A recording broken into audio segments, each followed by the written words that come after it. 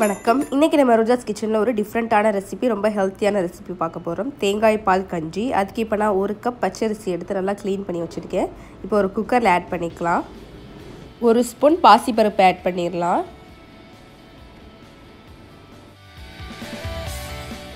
இப்போ நான் இது கூட 2 பச்சை மிளகாய் ஆட் பண்ணியிருக்கேன். உங்களுக்கு காரம் வேணும் அப்படின்னா நீங்கள் கம்மியாக போட்டுக்கோங்க. கொஞ்சம் கருவேப்பிலை ஆட் பண்ணிக்கோங்க. 10 பூண்டு பல் கட் பண்ணதை ஆட் பண்ணிக்கிறேன்.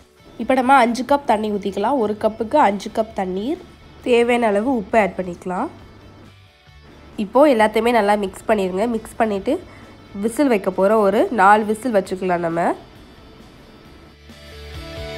இப்போது 4 விசில் வந்துருச்சு. நான் ஓப்பன் பண்ணிவிட்டேன். கஞ்சி நல்லா வெந்துருச்சு பாருங்கள். நல்லா அந்த பூண்டு எல்லாமே சாத்தோடு சேர்ந்துருச்சு. நமக்கு பூண்டு தனியாக தெரியல.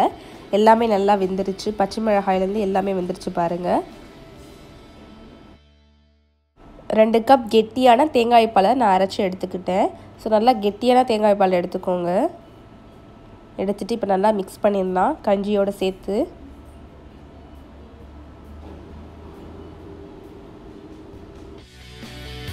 தேங்காய் பால் ஆட் பண்ண பிறகு ஒரு கொதி வந்துருச்சு அப்படின்னா நீங்கள் அடுப்பை ஆஃப் பண்ணிடுங்க. இப்போ நமக்கு தேங்காய் பால் கஞ்சி ரெடி ஆயிடுச்சு. ரொம்ப சிம்பிள் அண்ட் ஈஸி தான். இப்போ நமக்கு சிம்பிள் அண்ட் ஈஸியாக தேங்காய் பால் கஞ்சி ரெடி ஆயிடுச்சு. கண்டிப்பாக அதை வீட்டில் ட்ரை பண்ணி பாருங்கள். வயிற்றில் புண்ணுலாம் இருந்துச்சுன்னா சீக்கிரமாகவே ஆற்றிடும். ஸோ கண்டிப்பாக ட்ரை பண்ணி பாருங்கள். ட்ரை பண்ணி பார்த்துட்டு எப்படி இருக்குது அப்படின்னு சொல்லிட்டு கமெண்ட் செக்ஷனில் ஷேர் பண்ணுங்கள். இந்த வீடியோ பிடிச்சிருந்தா லைக் பண்ணுங்கள். உங்கள் நண்பர்களும் இந்த ரெசிபியை செஞ்சு சாப்பிடணும்னு நினச்சிங்கன்னா மறந்துடாமல் அவங்களுக்கும் ஷேர் பண்ணுங்கள். மறந்துடாமல் சேனலை சப்ஸ்கிரைப் பண்ணி வச்சுக்கோங்க. அப்போ தான் இந்த மாதிரி வீடியோலாம் நீங்கள் உடனே பார்க்க முடியும்.